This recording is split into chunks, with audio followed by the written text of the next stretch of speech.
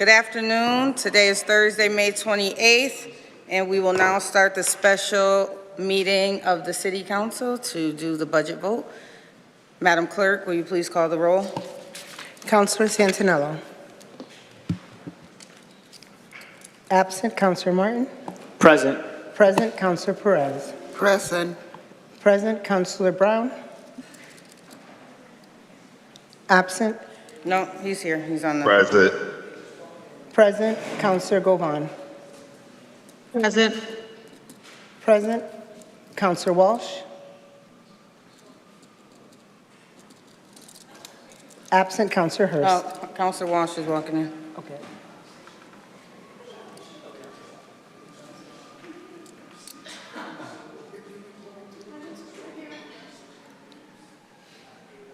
Councilor Walsh. Present. Councilor Hurst. Absent. Councilor Davila. Present. Present. Councilor Fenton. Absent. Councilor Delgado. He's walking in too. Councilor Click Bruce. Present. Present. Councilor Edwards. Present. Present. Councilor Whitfield. Present. Present. One more. He's coming right now.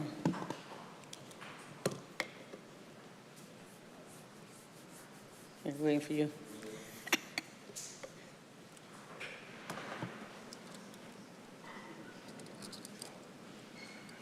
Councilor Delgado. Present. All right. Madam Clerk, will you please call the first item on the agenda? The first item is the FY27 Budget General Fund. Please state your name and address for the record.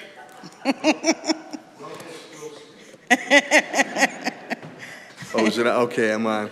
This is like a game show here. Thank you, Madam President, and Dominic J. Sarno, Mayor of the City of Springfield, 109 Carroll Street. And before we start, if we could just take a moment of silence for two dear friends that we lost, State Representative Ben Swan and Henry Thomas just was on the phone with Sade. If we could take a moment of silence in honor of them.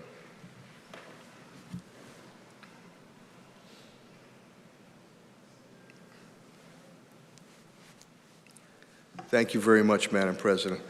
To my council colleagues, good evening. And through all the fiscal challenges and uncertainty that we face and many other cities and towns face throughout the Commonwealth of Massachusetts, we have a good story to be told. And I'm going to tell it tonight for your considerations and vote for this budget. Our budget is $1,039 million. It's a 5.4 increase over the FY26 adopted budget. Now, I want to thank the award-winning finance team led by CAFO Kathy Bono and Deputy CAFO Lindsay Hackett, Budget Director Chris Frazier, Pat Burns, and the whole team who've done a tremendous job. And Kathy's nickname is Dr. No, because she runs a tight budget on it. 19 consecutive years, so every year I've been mayor, we've won the Certificate of Excellence for Financial Reporting, and 14 consecutive year Certificate of Reporting, and the Government Finance Officers Association Award, which indicates about strong fiscal and financial practice, commitment to transparency and accountability. I'd also like to congratulate Jessica Guerra, our chairwoman of the assessors. She just was recently elected the president of the Mass Association of Assessors. So we congratulate her. That's quite a testament for her and the city of Springfield. So when you look upon it, I also want to give a big thank you to all our cabinet heads, department heads, down the rank and file. You know, when you look at it, Monday, we will mark the 15th anniversary of that devastating EF3 tornado and how we've come back with resiliency and strength. But the natural disasters that we have faced, whether it's been the COVID-19 worldwide pandemic, a gas explosion, the freak nor'easter pre-Halloween some years ago, we've been able to recover it and move forward. So I thank each and every one of the cabinet heads, department heads, and the rank and file for their resiliency and all their efforts. So we continue to be committed on strong financial management and long-term sustainability and stability, because we're going to have to ride out this storm that's coming now and for a difficult FY 28 that we're looking at. We've been able to maintain core services for residents and business community. The budget gap initially started at $23.7 million. How did we close the gap? Balance the budget, focused on controlled spending, using revenue wisely, avoiding layoffs and cuts to services. We balanced the budget through a combination of targeted spending reductions, vacancy management, strategic use of grant funding, and realistic revenue estimates. The FY27 departmental budget, other than personal services, OTPS, budgets decreased by 2%. Departments really worked hard. I commend them. They submitted lean and good budget requests. I had my public hearings, which some councilors did attend. You had your public hearings on it. So the second consecutive year that we've decreased or declined our full-time employment here in the city of Springfield, managing the staff levels with no layoffs. The FY27 budget recommendation maintains all current programs and vital services. Now, you got to remember, the school department accounts for well over 2/3 of this budget, almost $709 million, a 5.8% increase from the adopted FY26 budget. City side, we're $330 million, 4.5 increase from FY26. So, $862 million is non-discretionary funds. We can't touch it. You can't touch that money. The budget is balanced for the 12th consecutive year without using any stabilization reserves. Unheard of when it comes to municipal management at times. And we're spending what we're taking in. And that's key. Many households have to do that and businesses have to do that. The reserve balance, which I'm very proud of, is $75.1 million. Now, by statute, we have to keep within 5 to 15% of the overall budget. This comes all from the city side budget, the $330. That doesn't include anything from the school department. We worked very hard with City Councilor Mike Fenton on the pension reserves. We're aggressively paying that down. When I took over, we were about 28%. I think we're 42%. So there's 19.3 set aside for pension reserves. Total reserves are $94.4 million on that.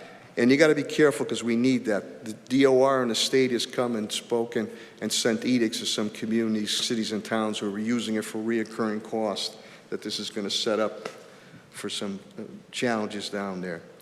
So we don't know what's going to happen on the federal level. It seems to change. Forget about every week. Every day it seems to change, which trickles down to the city level here. So we have to make sure we protect those reserves, and so we can be stable, and sustainability is a key word. Sustainability is a key word. Keep core services going for our businesses and our residents. Standard & Poor's in April 2026 in a presentation, I didn't say it, our CFO Kathy Bunnell didn't say it, but again, highest bond ratings in the city's history. AA with stable outlook. And you got to remember, when we took over, we were nearly at junk bond status. But they said this, not Sarno, not Bunnell. S&P stated, when compared to other municipalities, Springfield is considered a positive outlier for our strong fiscal oversight, avoiding layoffs, reducing or cutting core service, or asking taxpayers to approve Proposition 2.5 overrides, which many, if not all, in the surrounding areas have all failed.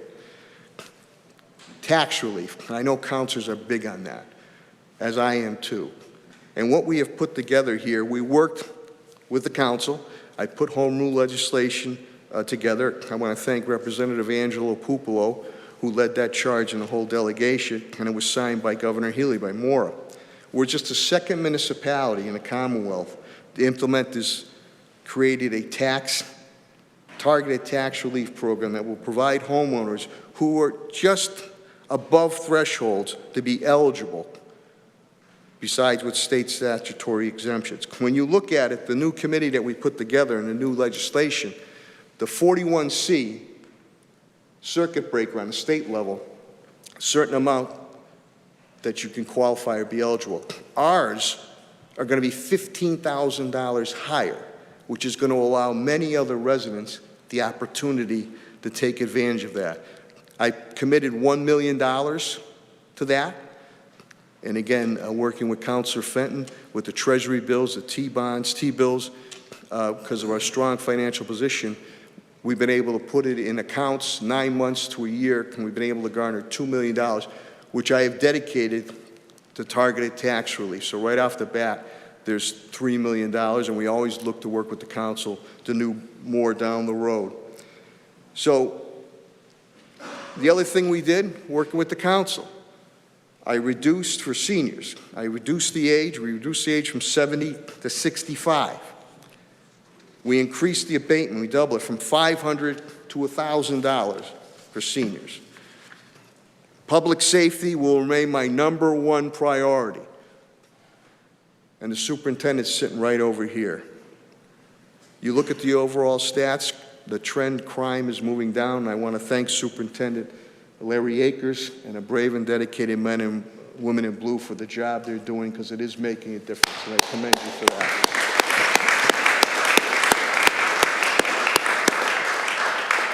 Highest staffing level in years, most diverse department in the state, if not New England, reflects our community. When you see the police department, from rank and file to supervisory roles, we're above parity. 514 sworn officers, overall 559 full-time FTEs. We just did a great academy, biggest one in years, 52 academies, 52 graduated from the academy. And we'll have another academy scheduled for this fall. We negotiated contracts, bargaining agreements with police supervisors and the IPO, the rank and file patrolmen. All contracts are being honored and funded. We were the first to have body-worn cameras in the Commonwealth of Massachusetts, and those were implemented during the height of COVID when we put that in, the first. So we led the way on that. The entire force employs that technology. We continue all programs and initiatives. The Gaming Enforcement Unit at MGM, all C3 neighborhood units are in effect. The popular ordinance Flex Squad, it created almost 20 years ago. Neighborhoods love that. Working with all the different departments. The Quebec units in our schools work with the school department, keep everybody safe. Real-time crime analysis. We were really the first one, I think one of the first ones in the state, am I correct, Larry? To have that. You know, on TV shows, you see things solved within an hour. So we were able to keep that going. The FIU, the Fire Investigations Unit, continues to take a record number of illegal guns off the street. We have a dirt bike unit that is out there. You've seen recently we continued to confiscate bikes and make arrests. Now we need the legislation to destroy them and the courts to back us. Park patrols, Union Station, that will continue. Superintendent DeMel, good to see you. Hope Bowling School went well. We're very unique, one of the first in the Commonwealth. Combination mental health issues have always been challenging, but it's been exacerbated by the COVID-19 pandemic. I see Councilor Santinello nodding his head. He's always been on health issues, public health issues. Our police department goes out with BHN clinicians when those calls come in.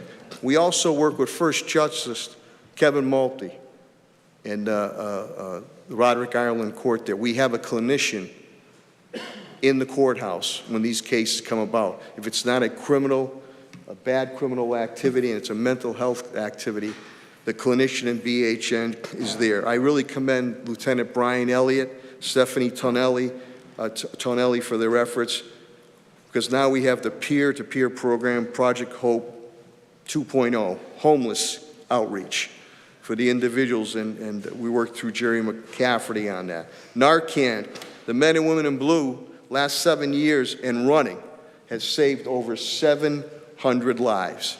700 lives that they've been able to save and hopefully turn around.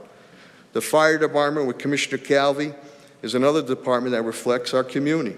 It's above parity, it is very diverse, and it goes from rank and file all the way up to supervisory roles. We continue to hire new recruits and we stay above attrition. 2 more mini academies occurring in FY27. City negotiated a collective bargaining contract with the local 648, our firefighters. Can you see how dangerous their job is with Bobby Kildorf Jr., a Boston firefighter who lost his life last week, and God rest his soul. We continue to fund for all new equipment, turnout gear. We also purchasing new fire trucks. You got to purchase them ahead of time. And the department continues with health and wellness programs to promote physical and mental health, to reduce on-the-job injuries. The fire department continues to respond to a record number of calls as they save lives and property. They continue with Narcan, and they've saved hundreds of lives also. Emergency dispatch communications, which is a front line, and I commend Deputy Mike Hess and the frontline people that are there, Deputy Jessica Ocasio and Mikey Tranghese. New computer-aided dispatch CAD records management system, the whole 9 yards there. It's consolidated, which has been a home run, helping out with police, fire, and ambulance calls. We also continue to have text to 911 and smart 911 programs. Cybersecurity, and again, I'm a guy that still has an Etch-a-Sketch here, but that's extremely important. Budget continues full funding for the IT operations to maintain. Andy Doty and team do a great job. They have protected us on security cyber threats. You've seen other communities where, we have proper firewalls, other communities who have been hit and who had to pay, knock on wood, have had to pay ransoms. Andy and team have done one hell of a job on that, and I appreciate that. Tim Sheen and Amanda Pham, when it comes to Union Station, the Congressman Richie Neal Cyber Security Center Excellence, state-of-the-art, a training education facility located there. It opened in FY25, supports municipalities, school department, IT division, small, large businesses, college and university partners, military bases, utility companies, and has a robust STEM cybersecurity program for our K-12 students and adult learners. She just walked in. She was at Boland School. Our superintendent, Dr. Sonia Denault, who's done an outstanding job. And under her leadership, we're providing safe and quality learning experience for all our students across more than 50, well over 50 different schools. We've increased the graduation rates and decreased the dropout rates. When I took over, we were about 50% graduation rate, hovering that. Unacceptable. Dropout rate was nearly 14%. We've now moved up to, we were as high as 82 and on a graduation, 86 on a graduation rate, and 1.9 dropout rate pre-COVID. Now we're moving back up again, 82%, and about a little over 3% on the dropout rate. 35% decrease there, 23% increase since 2025, ranking one of the highest in the state during that period. Full day, universal, free, pre-K, first in the Commonwealth to do that. We've added additional, I think, 17 more classrooms, and we just last school committee with Dr. Marisa McCarthy, we are now looking, autism affects a lot of friends and families that we know, to have a separate autism school to deal directly with that. But as Dr. Denault indicated at the meeting, that will not take away from any child that's going to their regular school now. So we're looking to do that.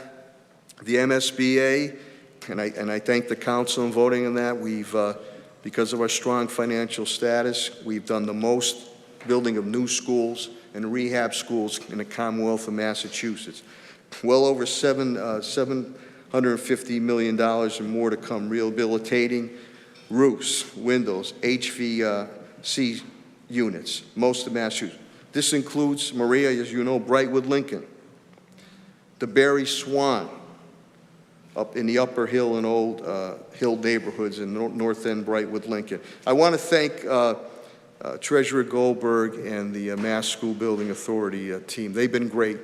We just have recently had a presentation we had to make for 2 other combo schools we're doing, and Dr. Denal, Pete Garvey, Bob the Builder, Johnny Kerrigan, the Walking Encyclopedia, Tommy Ash, and Kathy Bunno, because we have to back it up. We get 80%, but we get 20% comes on the city side. So when you look at that, the Brightwood Lincoln was awarded the official LEED Gold certificate for design, construction, operation, high-performance energy efficiency.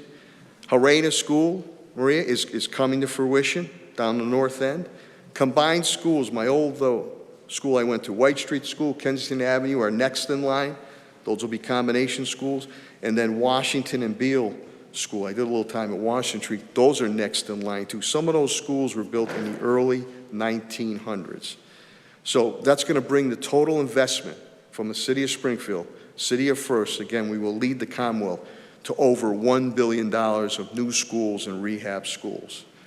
Economic development, I call him the creative one, Chief Development Officer Tim Shee and his team, Brian Connors, Tina Q, the whole team.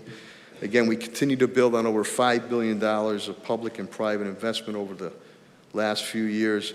So, besides MGM and CRRC, the largest railway manufacturing company in the world, Union Station, the Mass Mutual Center expansion, I think you're going to hear more good news on that. The parking garage, which came to fruition working with the state. 31 Elm, another project, Court Square, they said wouldn't get done. There's a waiting list to get in there, market rate. Court Square Park's been renovated. Eastfield Mall, you'll never get it done. Springfield Crossing is there. $31 million expansion of Performance Food Group, York Street Riverfront Development. We continue to help create a good 4-letter word, jobs, market rate housing, and bring properties back on the tax roll. We continue to add market rate housing units, including 31 Elm, Gemini townhouses, and the old Gemini site in the south end. The Knox building, that was another one, decrepit for decades. Brightwood School Apartments, Maria, is now going to become, that's a $68 million investment there at senior housing. Main Street State, McCafferty's developers out of Chicago, that's 100 units, market rate affordable housing. State Street, the Vault building across from Helen Carlton Harris's shop, Health and Human Services. See, that's moving forward, that's workforce development housing. The old school department, you're going to get workforce development housing there, 195 State. Next to it, 1925 Maple Street. So you go from 65 there, 62 more units there. Estimated development cost in that $30 million. And on top of that, East Columbus Avenue, the old Howard Johnson and the pie shop, decrepit for years, if not decades. Entrance area to our city in the South End area. Worked with a developer, that's all market rate housing that's going to be going there, and where the old pie shop is there. Home ownership's very important, not only for the tax base, keeping it well over 50%, but it's important building generational wealth and equity for our residents. We've been in a record pace on first-time home buyers, and coupled with the announcement that Governor Healy has recently made and continues to make on housing, we're going to pursue that. We've also, so right now, there's 378 new units of multifamily housing in the pipeline, with 105 single-family units expected to sell prices above market value. We want to keep people in their homes. Besides the first-time homebuyers program, which I sign many of them every week, many are females, many are minorities. We also have people that want to stay in their homes. We've helped out hundreds. I signed some more today, hundreds of families of all creed colors and backgrounds that qualify for emergency repairs in their homes to stay in there. Healthy neighborhoods, I know that's important to city councilors. Budget continues to fully fund all quality of life programs for our neighborhoods. The code enforcement funds both building and housing code. I want to commend Building Commissioner Steve Desolette and Deputy Director of Housing Code Enforcement Keith O'Connor. And I want to give a shout out to Solicitor Steve Bonaconti and Associate Solicitor Amber Gould. They really do a tremendous job when we have to go to housing court, when we have to really press the issue to get the owner's attention and drop the hammer on them. So I really appreciate that. Mayor's Clean City Crew, think all counselors love that because they get calls. So I really got to commend Tommy Ash and Coach McCluskey and Tommy McCarthy and especially Sergeant Bill Kaline from the police, Cotillier from the police department. They really, really get into that, and I know that's important to Counselor Edwards always does keep Springfield beautiful. And again, they work hand in hand with the Flex Ordnance Squad. Implementation of the new open government system, streamlined permitting process, homeowners and developers. Steve, we finally have that. Time is money. So now it is much more streamlined for developments, whether it's residential or businesses. DPW, with our DPW Director Chris Signoli and his team, full trash pickup, single stream, affordable bulk pickup at your curb, yard waste pickup for free. Other communities I go to, we're the envy of those communities. They go, how the hell do you still have those big, big barrels on both sides? Some of those communities have tall kitchen barrels on it. So we've been able to keep that affordable, and it's been award-winning on it. Sidewalk crews continue. We're funding on that. I thank Governor Healy and the legislature. They gave us more Chapter 90 money, so that's going to build up. We usually do about $3.6 million or so with paving. Now with the extra money, Chris, I think it's $5 or $6 million we're able to do. So we're going to be doing more roads. And then we've done about well over 25 safety measures when it comes to corridors and 15 intersection when it comes to pedestrian crosswalks, the hawkers, the whole 9 yards. But I also urge people, I see them many a time, still not using it, or they step into the crosswalk area and they don't press the button for the hawker lights. And even at that point in time, you still need to be cognizant because sometimes a car might not stop. The Tom Ash again and Pete Krupsek, the Parks and Recreation. We continue the Clean Sweep Initiative. I have Roca on our payroll. Executive Director Solomon Bayman does a great, great job. These are individuals that we're given a second chance to, and they go out in our neighborhoods and help clean up. And many times I'll stop and see them, and it makes them feel good because that they're giving back. And we do this through the 311 calls or calls to my office or calls to the City Council. Tree stump removals doesn't sound sexy, but it still goes forward with the Forestry Division, and Alex Sherman, our forester, does a great job. All maintenance and upkeep continue in our neighborhood parks and city terraces. We have a state-of-the-art Camp Angelina, Camp Stark and Angelina fully open for the disabled and handicapped children, which warms my heart. All pools, splash pads will be available for summer months families enjoy. All recreation programs, activities will continue, after-school programs, evening gym programs, summer concert series, movies in the park. Swan boats are back.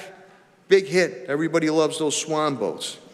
So you look at facilities also, and I want to commend Dr. Deneau, Pat Roach, Johnny Kerrigan, and Tom Ash. We received ESSER funds. And unlike other communities, for whatever reason, and they were told not to do it, they used it for reoccurring costs. So you see these other communities now, especially in the school system, that are cutting services and laying off teachers. We used them for one-time improvements. $110 million toward HVAC, AC, schools upgraded data, networks, virtual school relocation. We're going to be down after this summer, I think, to less than 10 schools that don't have air conditioning. We used ESSER funds to do the Putnam Vocational Technical Practice Field now, that's front there. We did the Ted Plum Field, which I had promised Gary Brown we do. Duggan is a beautiful complex there. All playing fields will continue to be maintained. Central High School, it's a mini college campus there. You got four turf fields that we have there. We were able to put that together. Recently, and we were just, Superintendent Dr. Dolak, the award-winning High School of Science and Technology band, they have their own amphitheater now, and that was about $3 million. STEM has a new pavilion. Numerous school playgrounds have all been done, or new playgrounds putting in that they didn't have it, all with the ESSER funds. Parks, 5 Mile Pond, we just recently announced 5 Mile Pond improvements are going to occur. Greenleaf Park, completely redone, named after, and I wear his lapel pin all the time to remind our residents what our cops do, Kevin Ambrose Memorial Field there. Gurdonville Park, people wanted the bike and skate park on it. First time ever we've been able to put that there. That's moving forward. Renovations, Adams Park has just been done. Magazine Park is just finishing up. Pickleball courts. I guess pickleball is very, very popular. You see on ESPN, I flip around, they have $100,000 tournaments now. Greenleaf, hugely popular. They got a hell of a league going up there. You have Kylie Middle School, my old junior high, will be announcing that. Hubbard Park in the Orchard has one. Yali Nahorniak Park in Pine Point has one. So the Orchard, Outer Belt, and 16 acres. Health and Human Services Division, which is led by the elegant and eloquent Commissioner of Health and Human Service, Helen Carlton Harris. Budget continues to fund all health and human service programs, including public and environmental health aspects. And I appreciate your patience and indulgence, because you see what's going on in many other surrounding communities with the cuts going, layoffs going, Prop 2.5 overrides. I have other mayors call me today on, how did you do this, how did you do that? Opioid funding, Helen's done a great job. Those grants have gone out to organizations that are on the street to respond to that, partnerships with local nonprofits, health organizations, community stakeholders. The budget continues to fund the cannabis compliance program, problem gambling, and we were just highlighted again. Where's Helen? Is Helen here? Helen, there she is.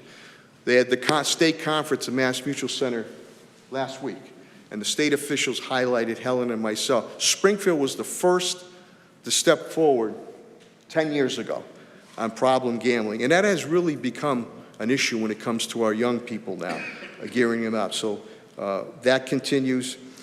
The Office of Health and Racial Equity, my old sister Chanel Ford, who does a great job. And I just want to remind people, too, my Chief Diversity Officer Inclusion, Judy Croa, you've seen private institutions and public institutions get rid of those offices. Cut those offices right out. I didn't do that. We didn't do that here in the city of Springfield. Elder Affairs Department, Roy Goodman, all the senior centers remain open, including Riverview in the North End, Hungry Hill, Claudio Concepcion Community Center, Fitness Center in North End, and the crown jewel, the Raymond A. Jordan Senior Center. My budget will continue to include free meals for all our seniors in their programs. Transportation will continue to fund the budget on transportation coordinator position to drive the bus and the minibus for our seniors field trip. That's Helen, those buses that we bought a few years ago, and to keep a driver on board. Joe DeCarroll does a great job, very humble and genuine veteran services, fully funded to assist all our veterans and their families. They helped 11 unhoused veterans. Joe placed in a permanent housing, and thank you, Joe. Springfield was the first, I know Catering will appreciate this, was the first community to adopt the HERO Act to help our disabled veterans with increased, there's another property tax relief, increase the benefits for veterans with a rating below 100% disability from $400 to $800. Benefits for veterans with 100% disability from $1,000 to $2,000. The state doesn't reimburse us. But for what our veterans have done for us, this is the right thing to do. Springfield took the lead on this, and I appreciate working with the council on it. All neighborhood libraries, Molly Fogarty and Helen and Jean Canosa Albano, congratulations on your award, by the way, and too bad about our T-Birds. They remain open. Hours of operations have expanded. Where other places are curtailing that or shutting down libraries, we're building new libraries. Besides East Forest Park, East Springfield Library Branch, a new branch will be built there, working with Kathy Brown and Councilor Fenton and my facilities team and the Mass Board of Library Commissioners. Our administration, working with the council, with respect, $5 million we're putting into that project, and Congressman Neal came across with another $500,000 on that. The community rooms, Jerry, as you know, in East Forest Park, you're there many times, fully available, now four nights a week. Mason Square Library, up in the square. HVAC system has been done. that got hit by lightning there. The rear and entrance has been completely redone and repaired. That had fallen apart, and I thank Tom Ash and John Kerrigan on that. Continued funding for all library programs, including the portable hotspots, free internet, Wi-Fi access at the libraries, Read, Write, and Now adult literacy program. I want to thank the Library Foundation. They've been very, very helpful to us. And then something that's near and dear to our hearts as I close, TJO. Heather Callahan and her team, what they do, and I thank her and her team. It's fully funded. We have contractual agreements with Holyoke and Chicopee, and I thank Helen and Solicitor Bonacani negotiating those. And TJO has been a trusted resource for animal welfare and adoption center, and I urge people, if you need a pet dog, go to TJO. At this point in time, I want to thank Madam President Whitfield and the councilors for giving me this time and indulgence on it. And I thank all our cabinet heads, department heads, and rank and file. But it is a good story to be told, and I wanted to tell it because you see all around us, budget cuts are occurring, layoffs are occurring, service cuts are occurring, Proposition 2.5 overrides are occurring. That is not occurring here in the city of Springfield by working together. So I respectfully ask for the approval of the budget, and if you have any questions or comments, myself or others that are here will be more than happy to try to address those questions or comments. So thank you very, very much. Appreciate it. Thank you, Mayor Sarno, for the overview. Councilor Santinello? Yeah, just a quick question, Your Honor. Sure. Your Honor, I've been called worse. I'll take that, Brian. Mayor Sarno. No, There was a big story that just was in the paper on autism in our schools. yeah. What exactly, and that number went up from like 150 a few Yeah. years back to 600, which is a big jump. Yeah. What's the student to teacher ratio for that? And next year, if the budget has problems, is there a ceiling on that, or how do we deal with that? I believe, and I could be correct, I think it's a 6-to-1 ratio with 2 assistants. But I'd love to have Dr. Denal, Superintendent Denal, come up and speak on it. But I believe that's Thank you, what Madam it is. President. Sorry, I need to recognize counselors in seat number 1, seat number 7, seat number 9. Counselor Santinello. Here. Present. Counselor Fenton. Here. Present. Counselor Hurst.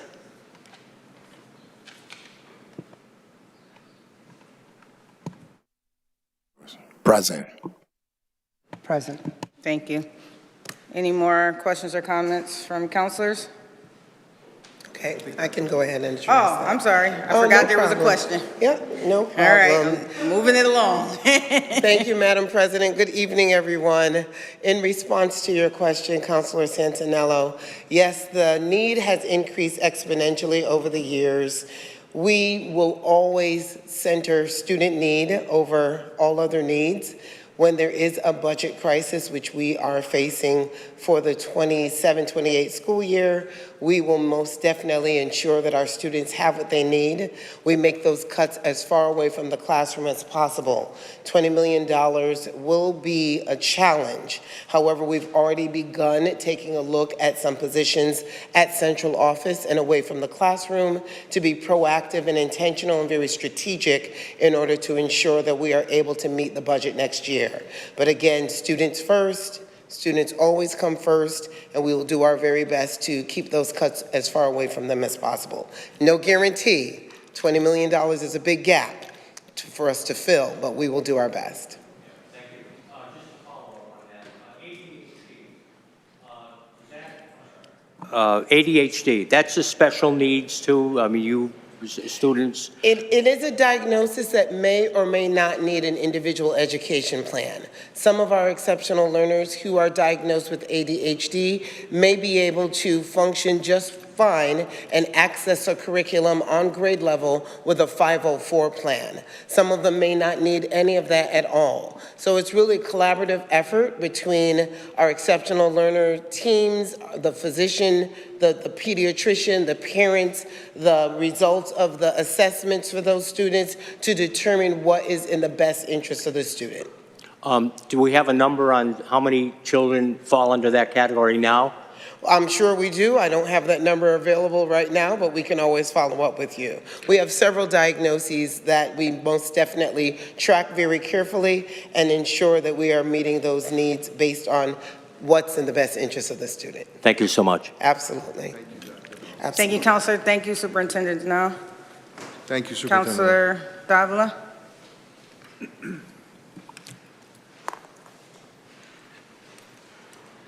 Thank you, Madam President. Thank you, Mr. Mayor, for your presentation, Thank you. for a very thorough presentation. I do have some, I got two quick questions, but one of them is to Dr. Denal, if I may. Just, good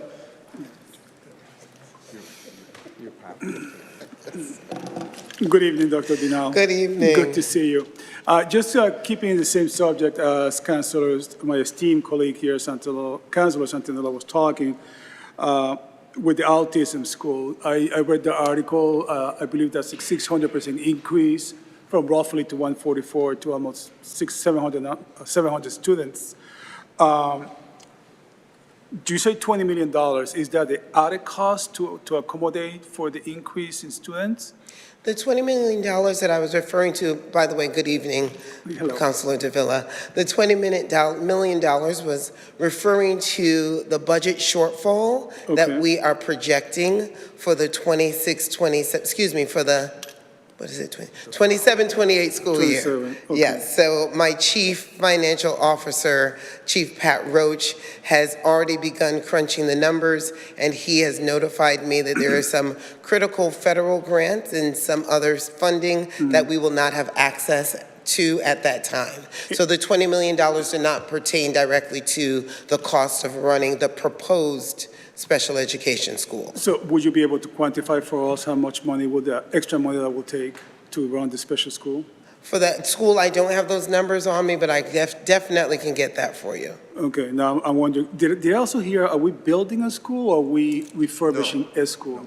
We are not building a No. school. We are finding a location within our pre-existing schools. I'm sure that there's going to be some special needs, what's the word I'm looking for, special needs changes to the building to accommodate for that, correct? Yes, there will be. Also a cost. There will be minimum construction. However, the cost of establishing a Right. classroom is roughly about $25,000, not including staff. I understand.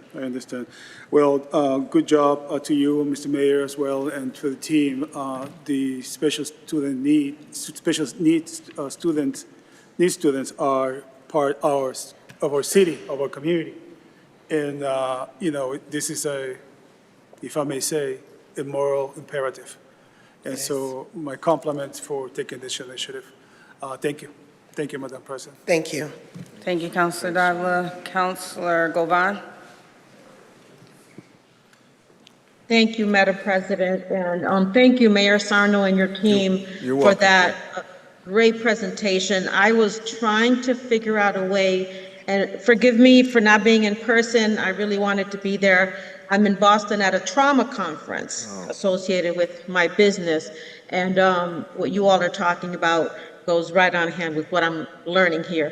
But I was trying to figure out a way to identify in detail the work that this budget does, and your departments and our departments. Those are our city departments. Mayor Sarno, you've done a great job in, making sure that we have clean parks in some areas, we have safety, and I know that every department is working really, really hard to continue to do the work. And because we value that work, because we value the people that rely on it, I am respectfully asking that we postpone the vote today so that we can have a focused, productive conversation with you, Mayor Sarno. This is $1 billion budget, as you so noted, and our residents, especially our homeowners, are feeling the strain of all the rising costs. Before we move forward, we need clarity and a firm commitment on one key point. Will the administration commit to using free cash, which is taxpayer money, to ensure the lowest possible property tax increase for Springfield residents?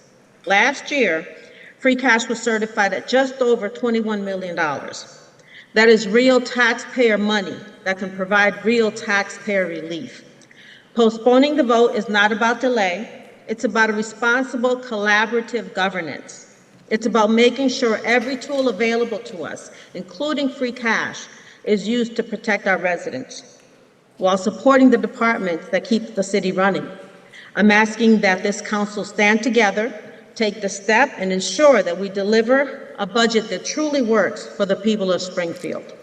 And because of that, I make a motion that we postpone the action on the budget until the council has had an opportunity to meet with the mayor to discuss the administration's commitment to using certified free cash to minimize the property tax burden on Springfield residents. The purpose of this postponement is to ensure that all available taxpayer resources are considered and that the council and administration can collaboratively determine the level of free cash that will be applied to reduce the projected property tax increase. Thank you, Madam President. If I can, thank you, Councilor Gavon. If I can respond, and I'm sure my CFO, Kathy Sure. Bono, will respond. With all due respect, the council's had the budget for 27 or 28 days. I've had public hearings, which some councilors did attend, and open to the public. You've had public hearings open to the public. As I have done before, and councilors can indicate it, I always try to work with the council to see what we can do to continue to bring tax relief. Free cash, Kathy Bono can speak on. I think a lot that has already been accounted for with things that we have to do. But I'm going to say it again. Sustainability. You cannot, I have programs already. Listening to the council, Zeta, you're one of them. I created the targeted tax relief program to help individuals that fall through the cracks. And I heard from Maria saying that also, too. Our statutes are going to be $15,000 higher, which makes many more residents eligible. But I've said it before. We're going to face a very difficult FY28 budget next year, where that rainy day fund needs to come in effect. You can't do the yo-yo effect, do a massive influx of money, which is not recommended, by the way, by DOR nor our bond rating agencies, because it jeopardizes our bond rating. And DOR has indicated to some communities now, don't use that for reoccurring costs. But what will happen on the yo-yo effect? You might get a little bit of a break, which we're looking to continue to do. I've done it for the past 4 or 5 years with some big numbers, but you can't continue to do that. What will happen is when you do that, the next year, when the well is dry, huge balloon payment will occur. We try to be sustainable. We try to be fair. We've put on a multitude of tax relief programs that are available to our residents and to the business community. But again, you had the budget for 27, 28 days. We had public hearings. Public's invited those hearings. City councilors invited those hearings. Some did show up. And I think you were one of them at times too. Said, boy, we really got a lot of the nuts and bolts on this and how things work. So I would urge the council to vote on this budget tonight. You want to vote yes? I appreciate that. You want to vote no? That is your prerogative. But again, I tell you, when you see what's going on with other, no disrespect, other communities, what's going on with other communities right around us or in the state, layoffs, service cuts, massive tax increases, Proposition 2.5 overrides going on. So we're not perfect. I'm not perfect at all, but I think we've done a damn good job with this budget moving forward. So again, I would urge the council, you've done your due diligence. Let's get this budget moving forward so we can continue to provide for our residents and our business community. And vote. Vote your conscience. You want to vote no? Vote no. And if you want to do cuts, That's your prerogative, you can do that. But when those cuts occur, and the residents and business community ask where these things, where's my services? We said, we can't do them anymore. Well, how do I get it done? It's private now, privatized, which means you're going to pay more. So we're trying to be as lean as possible. And you look at some of the things here, OTPS decreased 2%. Some departments came in under 2%. I heard in your, Kathy Bunnell reported to me, in many of your public hearings, you were asking departments, what more do you need? Do you need more money? Do you need more bodies? Now all of a sudden it's a flip-flop. So we're going to, as I've done before, when it comes time, I already have ponied up $3 million, targeted tax relief $1 million, $2 million, working with Councilor Fenton on our investments in the T-bills, Treasury bonds, and we're going to continue to do what we can. But you just can't empty out the reserves. It is not good fiscal management. I feel like you do too. I want to try to help taxpayers out as much as we can. But then they also want the services to be rendered. And we want our children to be educated. They expect to have the core services going. So I thank you for your thoughts, but I would urge the council to take a vote on this tonight. You want to vote yes? I thank you. You want to vote no? Vote no. Thank you. Thank you, Mayor Kathy, Sarno. I don't know if you want to say anything? Councilor Govan, any other comments? Or- Yes, please. Yeah. Yes, thank you. Yeah. So thank you for that, Mayor Sarno. And I absolutely agree with what you've said and where I'm coming from. And I know you're running a city, you're running an entire city, and I appreciate that. I'm thinking about the residents who are clamoring for relief. You know, I had someone come up to me just the other day, say my taxes increased, I think it was like $300 a quarter, which is a lot for them, right? It might not sound like a lot, but they're not getting grant money from anywhere. They're not getting, you know, an added income to their budgets. So I would just urge us to just be cautious. I understand that we've had the budget for 27 days, and my first instinct was to say, okay, you know, then let's cut something, because if that's what we need to do, but I don't want us to have to do that. You know, I want us to figure out a way to render services the way we've been rendering them.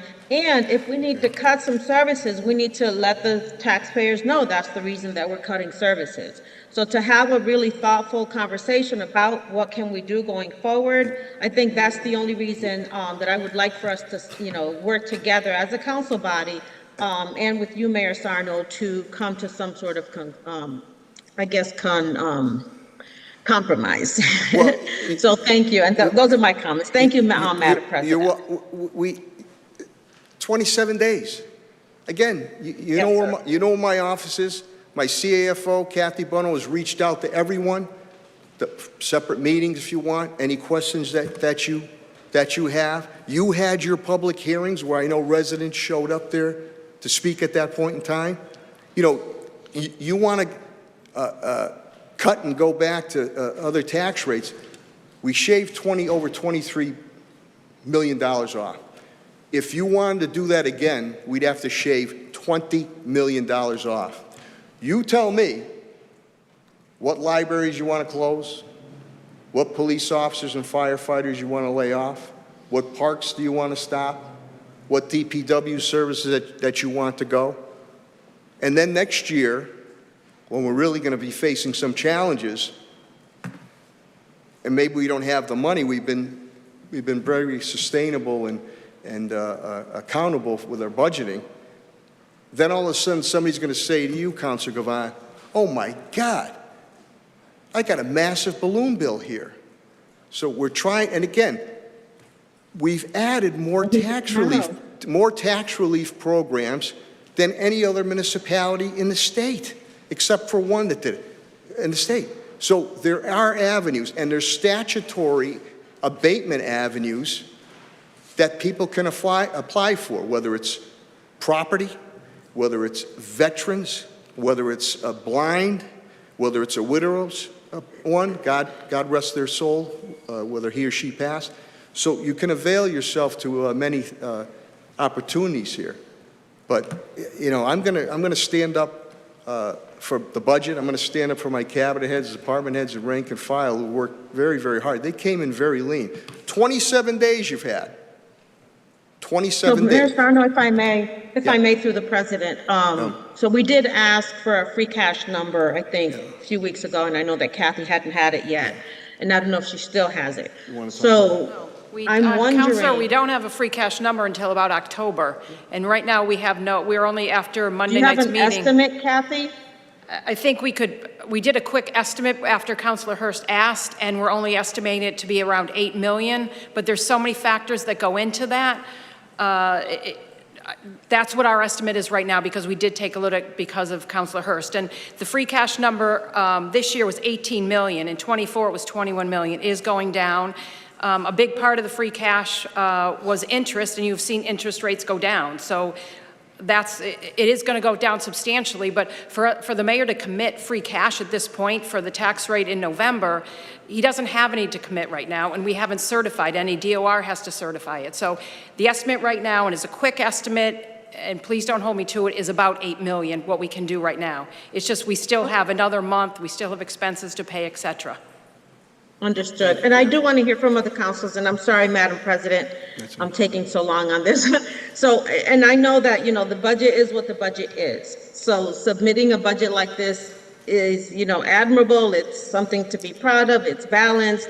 Our residents are clamoring for relief. They've had property tax increases for the last, I would say, 10 years straight. It's been an increase, an increase, an increase, and their income hasn't increased. So that's the only reason I'm bringing this up. This is not about, cutting the budget, or if that's what we need to do, maybe we need to take another 20 days to figure out how we can do that. But my request is that we get some sort of conversation going, get a commitment to make sure that our residents are put first. It's hard for me to get a meeting with you, Mayor Sarno, as you know. Maybe we can have some of the council representatives meet with you, but that's my motion. That's what I'm putting out there. Thank you, Madam Councilor President. Govan, that's because you One talked moment, about Mayor staff. Sarno, one moment. Let We me just- dispose of, one moment, Mayor. We had scheduled meetings. Mayor You Sarno, could one not moment, make it. please. Go ahead, yes. You're making a motion, Counselor Govan? Yeah, that's the motion I made. Is there a second to the motion? What is the motion? Can you, The motion, if I may, please. I move that we postpone action on the budget until the council has the opportunity to meet with the mayor to discuss the administration's commitment to using certified free cash to minimize the property tax burden on the Springfield residents. And the purpose is to ensure that all the available taxpayer resources are considered, and that the council and the administration can collaboratively determine the level of free cash that will be applied to reduce the projected property tax increase. we can send that in writing. I'll send it to you. I'll send it to you. So it's a Madam motion Clerk. to committee for all of those reasons. Is there a second? Sorry, I was just going to say, just for clarification, is it a motion to continue or a motion to committee, Councilor Govan? I guess it's a motion to continue. I want to postpone the vote for now. Okay. okay, a Until motion we to meet- continue. Thank you. Thank you. Is there a second? Second. Motion made by Counselor Govan, and we will send the reasons to continue, seconded by Counselor Hurst. Is there any discussion on the continuance? Counselor Davila? Counselor Walsh, followed by Counselor Walsh. Thank you, Madam President. Madam President, I will be voting against the motion, even though I can appreciate the good spirit and the good intention of said motion. Madam President, I held quite a few office hours this year to talk to residents about the budget. And I was very clear with them. And I told him it's very likely that there's going to be a property tax increase. And they got upset. Understandably so. Keep in mind that most of us are also homeowners, so our property tax is also going to go up. But I also did ask them a specific question. I asked them, do you still want your city services? And they say, of course we do. We want a roads plow, we want the cops, we want the fighter. I do too. I do too. So I was very straightforward with them, and they understood it. And from my perspective, when I spoke to my constituents, even not only in Forest Park, some people reach out to me from throughout the city. They don't like it, but they understand it. I don't want to pay more money. Trust me, I cry every month when I pay more mortgage. So, like the mayor was saying, Madam President, we had this budget for 21, 27 days now. I met with the CAFO. I asked my questions. I asked some of you, my beloved colleagues, your thoughts, your opinions. I'm ready to move this forward. We've been talking about this for 6 years now, the same subject every year. And to me, this is an opportunity, of course, to keep drumming the drum about finding ways to increase revenues to the city. And Madam President, we'll be voting against the motion. If I may, about 30 seconds, I think I may have left, or a minute, if you find that I would like to see that time for the mayor to respond. I believe he wanted to make a comment at your discretion. Thank you, Madam President.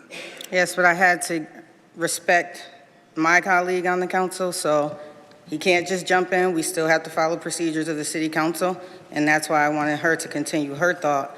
The mayor is welcome to speak. Thank you, Madam President. Thank you, Councilor Davila. As I have done the last number of years, I have worked with the council in a sustainable way to continue to bring tax relief. And as our award-winning CAFO and finance team, Kathy Bono, indicated to me, it is estimate and premature, and we don't know what other situations or emergencies might crop up. The council was able to pass some free cash when we had to deal with other situations. But I think it was DOR, once again, indicating over South Hadley about the use of free cash. But I've done it before. I've committed 3 right now, and I'm more than willing to work with the council on what is sustainable to continue to bring tax relief to residents and business community. But Councilor Davila hit it right in the head. People want services. And if you're going to cut those services, they're going to say, why aren't you doing it for me anymore? Council wanted to make cuts. We had to cut and lay off people. Well, how do I get the service done? You're going to have to go private now. It's privatized, which means the price is going to be actually higher. So you end up being penny wise and pound foolish. But listen, the proof's in my track record. I have worked with the council a number of years on the budget. And then when it comes time when we know for certain what free cash is and we don't have to deal with any emergency situations, I look to build upon that to continue to bring tax relief. So I give you my word I'll continue to do that, but I'm not going to give you I can give you concretely right now $3 million. Targeted tax relief, and those going for residents that fall through the cracks. Our statutes here with the committee that we have, Councilor Fenton serves on that committee. Ethel Griffin serves on that committee. She's helped many people with Revitalize Springfield stay in their homes. Our Jessica Guerra, Treasurer Steve Lonergan on investments serves on that. And retired police officer and veteran of the year, Jose Feliciano serves on that too. So they're making the rules and regulations. We're already looking at proposed $15,000 more than the 41C circuit breaker on the state, which makes many more residents eligible for relief, on top of what they might be possibly eligible if it's a statutory thing, if it's blind, a widower, or veteran. And working with the council, we redoubled everything for the council, with the council, money-wise. We dropped ages from 70 to 65. So many times when I talk to residents and they say, if I say you have this avenue, do this, did you do that? It's too much paperwork for me.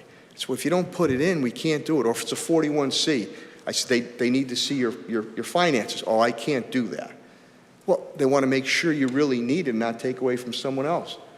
And the assessors, as the department with Jessica Guerrero, the chairwoman, and Melanie, have really, in Sequoia, they really followed through personalized services that Patrick did when he was here, literally one-on-ones. We've gone out, councils requested.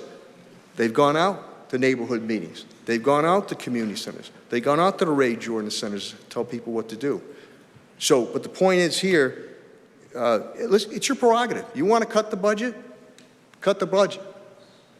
I would advise you not, but I mean, when services and layoffs occur and they call me, you know, it's going to be, you got to talk to your city councilors at this point in time. Again, I'm painting a picture for you when you see many other surrounding communities, layoffs, service cuts, and on top of that, Proposition 2.5 overrides. Springfield is doing no such thing. I mean, this is something that we should be proud of. You know, we worked hard to knock down that $23 million gap. Superintendent Denault's going to work hard with Pat Roach the following year, knocking down that gap. And we always front forward our funding to the classroom with the kids. So I'm just saying, if you wanted to, one council said, can you go back to, reported back to me from the committee meetings, can you go back to last year's tax rate? $20 million cut on top of what we've done. Services will have to go. Bodies who render those services have to go. So when you start doing that, the residents and business community are going, what the hell am I paying taxes for? But as I've done before, I give you my word.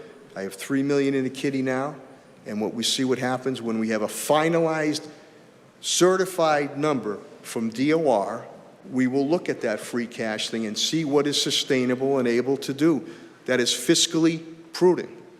Don't forget, 20 years ago or more, I sat on the other side there as council president and sat on the control board. And I remember being here with the city council prior to the control board coming in, and we had a $20 million gap. And many councilors said, we'll do it ourselves, we'll cut that. We were here till 1:30 in the morning. We cut $168,000. Because nobody, oh, no, that's going to affect my neighborhood. Oh, no, we can't touch, $168,000. Now, if you have the intestinal fortitude to do that, fine, that's your prerogative. But this is a good budget that provides for each and every one of your neighborhoods, cities, and businesses. And that's, I'm sure when you get calls, we need this done, we need that done. Those calls would have to go unanswered now. So I give you my word as done before.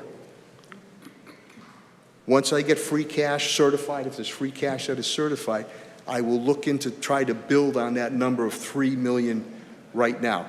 But there is a myriad of tax relief programs that residents can avail themselves to in working with the city council. So, you know, we want to keep our city moving forward. We don't want to be draconian at all. So I'm going to stop at that point in time. Thank you, Mayor Sarno.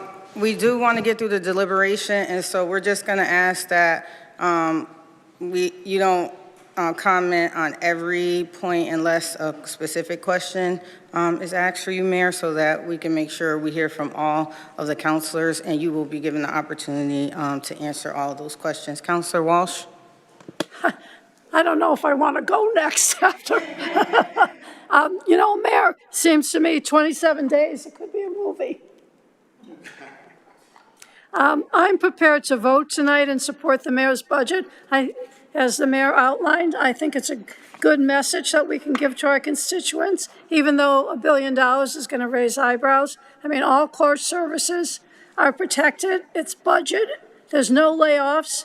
And I'm always very happy when, Mayor, and you remember this too, when the parks are open and the pools are open. It hasn't always been the case. There's been cases in other budgets where we had pastors in the city making sermons to keep our pools open in the city. So whenever they're protected in here, I'm all for it. And I am very happy that we continue to support our veterans and their families. So I am going to support this and vote against the motion. Thank you. Thank you. Any other counselors on the motion to continue? No? Not on the motion to continue? All right, seeing none, Madam Clerk, Counselor Govan, your hand is still up. Is it for? Just one more comment, I'm sorry. So I'm not proposing that we make any cuts to the budget. What I'm requesting is that we have time to talk about the commitment that can be made to make sure that our residents are being thought about at least. Right now, I get complaints that they're paying taxes and what is being done with their tax dollars. They're still saying that, I know that. So this is a motion to be able to talk with the mayor. $3 million sounds like a lot of money, but that doesn't really do anything to relieve property taxpayers. And this is for taxpayers who are working, who don't qualify for any programs, no matter how low the bar is going to be. And I get calls like that from everybody all over the city. So that's the only reason that I did propose this, and I'm hoping that we can at least have a conversation. And if this doesn't pass, I will continue to have this conversation because I think that we as a body need to be responding to our constituents. When our constituents, come to us and say, hey, this is what we need, this is what I'm going to bring up. It's not me saying it, it's my constituents saying it. So thank you, Madam President. Thank you, Counselor Govan. Any other comments or questions from counselors on the motion? Seeing none, Madam Clerk, please call the roll on the motion to continue. On the motion to continue, Counselor Santinello. No. No. Counselor Martin. No. No. Counselor Perez. No. No. Counselor Brown. No. No. Counselor Govan. Yes. Yes. Counselor Walsh. No. No. Counselor Hurst. Yes. Yes. Counselor Davila. Yes. Just my apologies, Madam President, I meant to say no. No. Counselor Fenton. No. No. Counselor Delgado. No. No. Counselor Click Bruce. No. No. Counselor Edwards. No. No. Counselor Whitfield. Yes. Yes. Motion fails. Are there any other comments that want to be made on the budget? Counselor Fenton? No, I think Counselor Click Bruce was first, followed by Counselor Fenton, followed by Counselor Delgado. Thank you, Madam President. Thank you, Mayor Sarno, for your overview on the budget. I just want to publicly ask this question to you. I think I asked it to Kathy during our budget hearings, but just want to get on the record to make sure that we try to get some resolution with the dispensaries that are in the areas. I know that's some money that should be coming to our city. I know I think there was something on the state level where it's holding that money up, but I think that would be some helpful to our city if we could try to, push that forward as best as we can. So those are my comments on the budget. Thank you, Counselor Click Bruce. Counselor Fenton? Counselor Delgado? Thank you, Madam President. Thank you, Mayor Sarno, for the brief overview of the budget. I know it's really tough to go in here, and you guys have gone in with a fine-tooth comb and looked through everything. I do appreciate all the work that's been done, and particularly in the parks. I've seen a lot of things going on there. I do have a set of questions. The first set are kind of HR related.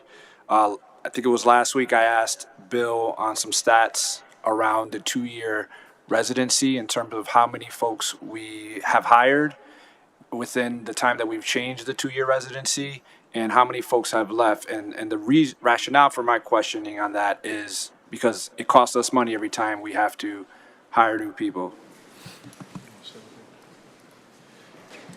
Counselor, the Residency Compliance Unit met this week. We discussed your question. We're going to gather the statistics as best we can, and we'll get them to you. But we don't have them right now for you. All right. Second question I have, which is based off of the skills-based hiring that that I sponsored last year, and my colleagues here supported me.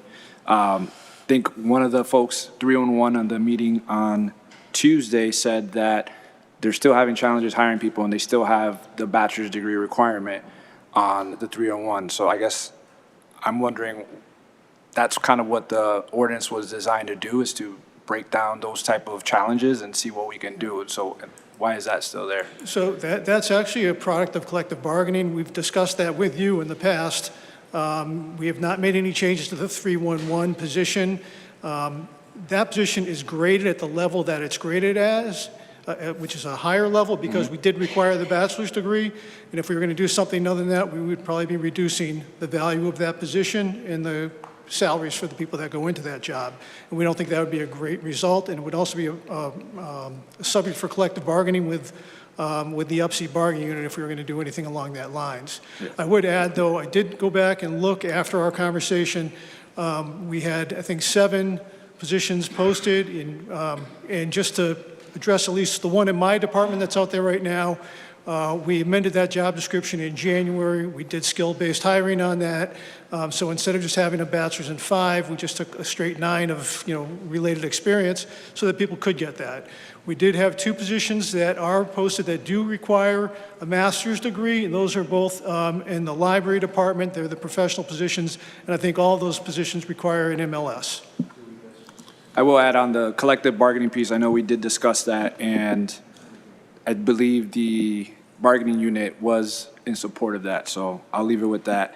Next question I have, I think the challenge that we're seeing here is that we obviously need new revenue to come in, and I was just hoping to see, another thing that, we worked on was the school bus camera resolution, and I'm trying to understand where are we at on that. My prime goal for that was the safety of the students, but I know that there is a financial component to that, and so I just want to know if there was any update on progress on that. I believe we're going out to bid on that. That's my understanding. I also understand, I know Chickabee's implemented, and I guess they've had some issues, and then there was a question of the budget also, and what the city would. Our first priority, Jose, and I agree with you, is about the safety of our children. But there was some question on when those things were given out. A lot of them had to be brought back because it didn't happen. I'm all for the safety of the kids, so we want to go out. Billy, am I correct? I know, Billy, you've been dealing directly on that. That's going to go out to bid. Bid is currently being drafted. Yeah, bid is currently being drafted. And then also, it's the auspices of the police department, too. So the input of Police Superintendent Larry Akers has been very important. And if this program's to move forward, how it's going to properly operate, what will the courts recognize or not recognize? And again, I know people told me that with Chicopee, they've been working out some kinks there where things were issued and they were not valid at that point in time, with new programs. But the bid's going out, and why the bid is going out, again, is we want to dictate the process, which is to benefit not only keeping our students safe, which I know Dr. Deneau appreciates, but what is beneficial for the city, not the company telling us, every company has should be able to make $1 if you're doing a good job, don't get me wrong. But the bid is going out, so we dictate the process of what is going to be a positive, not only protect the insurance, but what's going to be positive for the city of Springfield, too. Because there's a cost to this also, too. For sure. And then the last question I have is, and Kathy's been great, I did ask for a budget line item, and I got the breakdown based off of high-level categories here. I guess the question that I have, and I still think this is really good to look at, but I still don't know everything that's going in and out.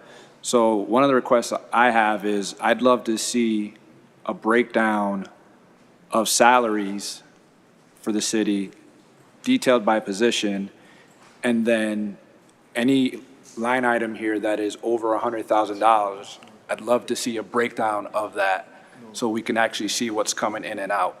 Because I said this last year, and the years before, or at least the other year before, is it's great to look at, but it's like looking at a car, you don't really understand what's under the hood. And so I think that's one of the things I would really like to see, because if we're asking the council to do their job and to make cuts, and you're just looking at a high-level number, I mean, that we're not really able to do that really well with that. And while I think 21 days, to some folks is a lot, I mean, that can go by really fast. So I think that's one of the requests I have, is a breakdown of line items over $100,000 broken down. And I know that's a lot of stuff there, but I think that would help people like myself who really want to see how can we work to cut. And I appreciate everything you've done to work with us, because I remember last year we worked on the position stuff. So you guys have been working with us, but I still would love to see what's coming in and out. So, thank you. Thank you, Counselor. Counselor Fenton? Motion- Before that, I just have to ask Counselor Delgado to step up for a minute. This keeps happening to me. I have to take a quick break. Thank you. Thank you, sorry. Thank you. All right. Counselor Fenton? Thank you, Mr. President. Motion to call the question. So we have a motion to call the question, seconded by Counselor Edwards. Do we have any more discussion on that? Nope. I don't have any discussion. I just think it would only be fair if we do call the questions to at least wait for Madam President to come back for our vote. That's fair. fine with me. A 2-minute And I recess. did have my hand raised. Well, Mr. Vice President. Point of order, Mr. President. There is no discussion on a motion to call the question, but I'd be happy to have a 2-minute recess to wait for Madam President to come back to dispose of it. Any objections from my colleagues on a 2-minute recess? All right, 2-minute recess.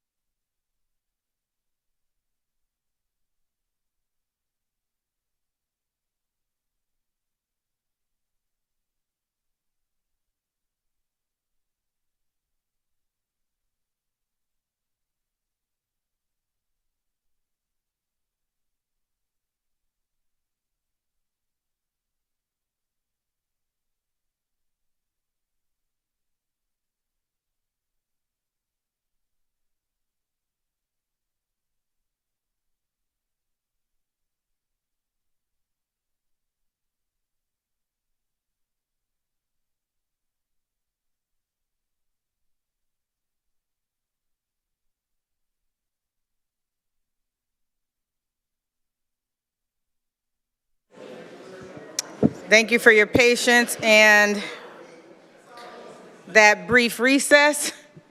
I just wanted to let councilors know that a yes vote on calling the questions means there's no deliberation and we go right into the vote for the budget. A no vote means we can still deliberate on the budget. So I just wanted to make sure folks are aware of what calling the question does. Motion made to call the question by Councilor Fenton, seconded by Councilor Edwards. Madam Clerk, please call the roll. On the motion to move the question, Councilor Santinello. Yes. Yes, Councilor Martin. Yes. Yes, Councilor Perez. Yes. Yes, Councilor Brown. Yes. Yes, Councilor Govan. Yes. Councilor Govan, can you please repeat your vote? Yes? Yes, Councilor Walsh. Yes. Yes, Councilor Hurst. Yes. Yes, Councilor Davila. Yes. Yes, Councilor Fenton. Yes. Yes, Councilor Delgado. Yes. Yes, Councilor Click Bruce. Yes. Yes, Councilor Edwards. Yes. Yes, Councilor Whitfield. Yes. Motion approved. Madam Clerk, please call the roll on the approval of the budget. On approval of the FY27 budget, Councilor Santinello. Yes. Yes, Councilor Martin. Yes. Yes, Councilor Perez. Yes. Yes, Councilor Brown. Yes. Yes, Councilor Govan. No. No, Councilor Walsh. Yes, Councilor Hurst. No. No, Councilor Davila. Yes. Yes, Councilor Fenton. Yes. Yes, Councilor Delgado. Yes. Yes, Councilor Click Bruce. Yes. Yes, Councilor Edwards. Yes. Yes, Councilor Whitfield. No, motion approved. Budget, FY27 budget is approved. Thank you, councilors. Thank you.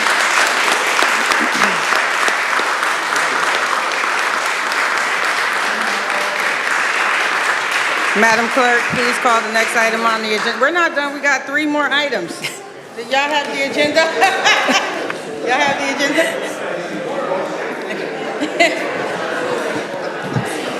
They thought they were done. Madam Clerk, please call the next item on the agenda. The next item on the agenda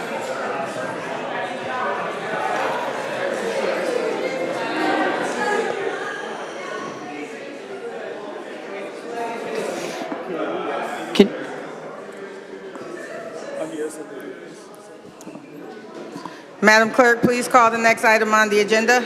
The next item on the agenda is the FY27 budget retained earnings.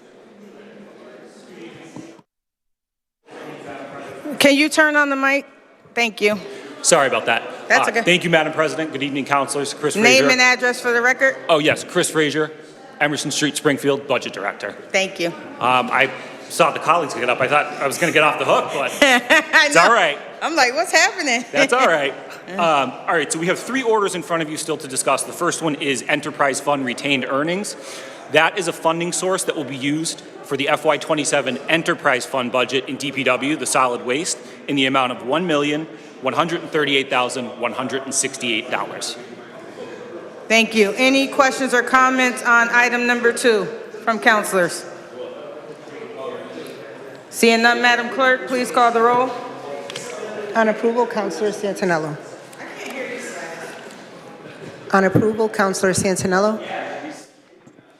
Yes. Councilor Martin. Yes. Yes, Councilor Perez. Yes. Yes, Councilor Brown. Yes. Yes, Councilor Govan.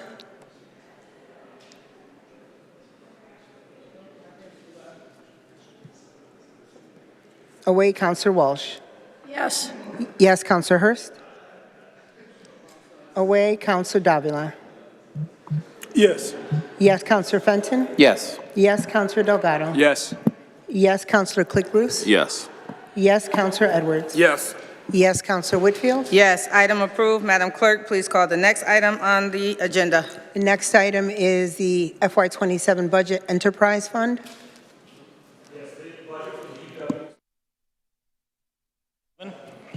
Sorry, I keep doing that.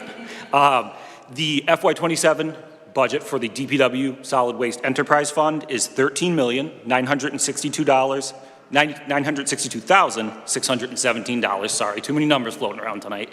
And that is their operating budget for the next fiscal year. Thank you. Any questions or comments from councilors? Seeing none, Madam Clerk, please call the roll. On approval, Councilor Santinello? Yes. Yes, Councilor Martin? Yes. Yes, Councilor Perez? Yes. Yes, Councilor Brown? Yes. Yes, Councilor Govan? Away, Councilor Walsh? Yes, Councilor Hurst. Away, Councilor Davila? Yes. Yes, Councilor Fenton? Yes. Yes, Councilor Delgado? Yes. Yes, Councilor Click Bruce? Yes. Yes, Councilor Edwards? Yes. Yes, Councilor Whitfield? Yes, item approved. Madam Clerk, please call the final item on the agenda. The last item is FY27 budget order revolving funds.